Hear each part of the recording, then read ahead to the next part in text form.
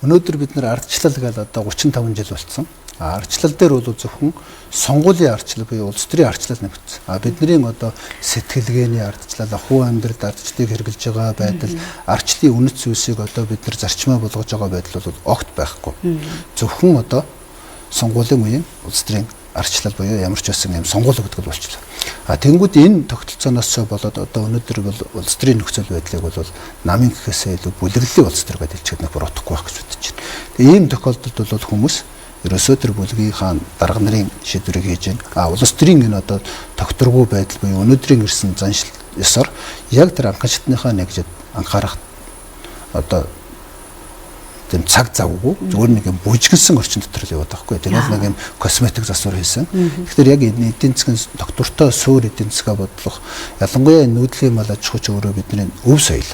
Дээрээс нь газар нутгийн эзэн, дээрээс нь бидний нөгөө дэлхийн бус тусуудаас анхаарж байгаа дангаарчл байхгүй. Тэгээд олон төсөл хөтөлбөрөд хэрэгжиж байхдаа зарим нь бол жишээлбэл нүдээ бас төдийлөн олохгүй байгаа. Тэр малчтаас үйлдвэрлэдэг байгаа малыг худалдаад аваад ирчих юм бол малчд өөрөө нөгөө мал махынхаа чанарт анхаарна, үйлдвэр ухсаанд анхаарна, тоо хэмжээнд анхаарна. Яг л нөгөө хоёр малчин чинь нөгөө малаа гаргах логистик тогтолцоо байхгүй зөвхөн ченжээрээ зардаг тохиолдолд удирдлын шин чанараасаач гаргах боломжгүй. Тэгэхээр бид нар энэ эдийн засгийн суур тогтолцоог анхаарал тавих одоо цаг болсон. Мэдээж одоо энэ олон одоо хөтөлбөрүүд явж байгаа энэ дотор нүдээ оруулах гэдэг нэг чухал асуудал байна л да.